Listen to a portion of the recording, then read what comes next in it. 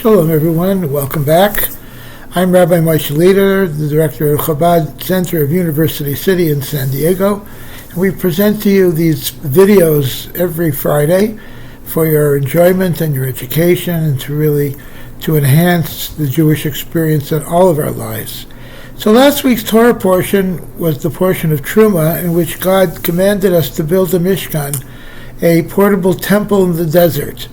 And the various articles that went into it, gold, silver, copper, various linens and various skins of various animals, etc., to build this very, very special sanctuary that the Jewish people erected in the desert, and in the future a temple in Jerusalem as well, using many of these very similar ideas and materials.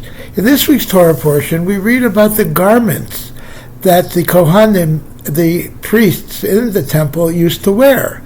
So it wasn't good enough just to have a temple, but we needed to clothe the priests in the temple, the Kohanim. And of course, the greatest of them was the Kohen Gadol, the high priest. And we were told that the Kohanim had two different types of garments. The plain Kohanim used to wear the Bigdei Lavan, the garments of plain white linen, which they used to dress without shoes, in fact. They used to go on a cold, hard marble floor with these white linen garments. And at the same time, the Kohen Gadol used to wear his Bigdei Zahav, his garments of gold, and they were very beautiful and ostentatious garments. They're also called the Shmona Begadim, the 8 garments fitting for a high priest, which was a shirt and an apron and a headband and a breastplate and very special trousers and things like that. So there's a saying that people say that goes, garments make the man or the woman, clothing makes the person. The way we dress is very much a reflection of who we are. If we are someone who likes to dress nicely and beautifully, it tells a great deal of the type of person we are. We like nice things, and we take good care of ourselves by dressing nicely and appropriately. And certainly that's very, very true. In the case of the Kohanim, the garments that they wore were indicative of various things. For example, the garments of white represented poverty, that it was a very simple, very plain garment. They must have been quite cold in the wintertime. It can get kind of cold in the land of Israel. But they wore, nevertheless, the majority of the time, these plain, simple, white linen garments. But at the other time, the Kohen Gadol used to wear these beautiful, magnificent garments of gold and all kinds of amazing materials that went into them. And that represented wealth and richness.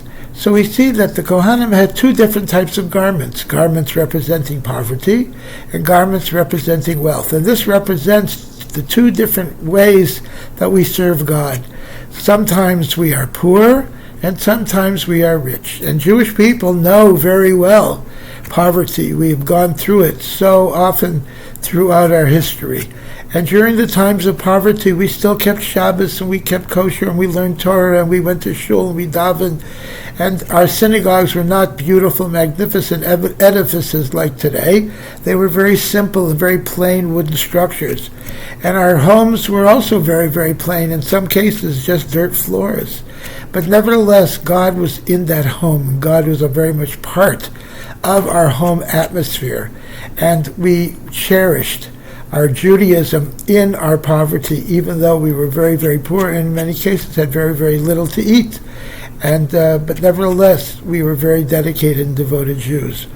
On the other hand, we see that there are many times in history, including our own, in which we are wealthy and we're doing very well. In fact, the Jewish people today in the majority of the world are quite wealthy and doing very well. We have nice food and nice homes we live in, and we drive nice cars.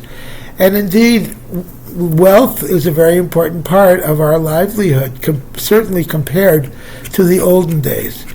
And the question is, what is more conducive to an observant Jewish lifestyle, poverty or wealth?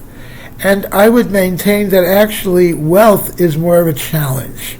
Certainly poverty, you're poor, you know you're poor, and you pray to God for wealth, and we need God's help very much during that time when we're poor.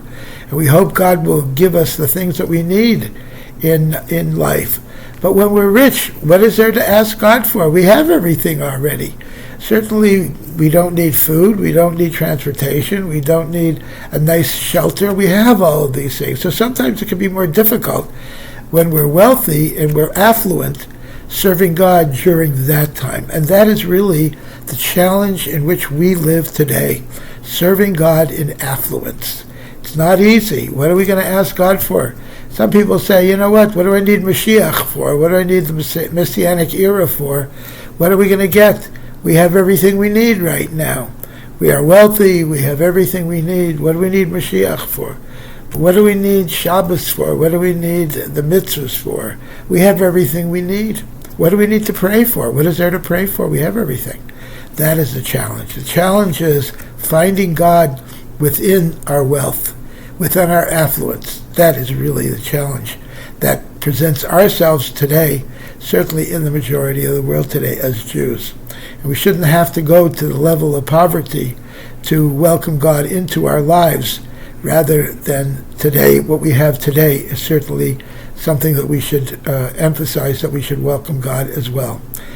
Candlelighting in San Diego is at 5:40. Let me check it out for you. Excuse me. Candlelighting in San Diego is, 5:23 p.m. I want to wish you all a very good Shabbos, and may we only meet on happy occasions.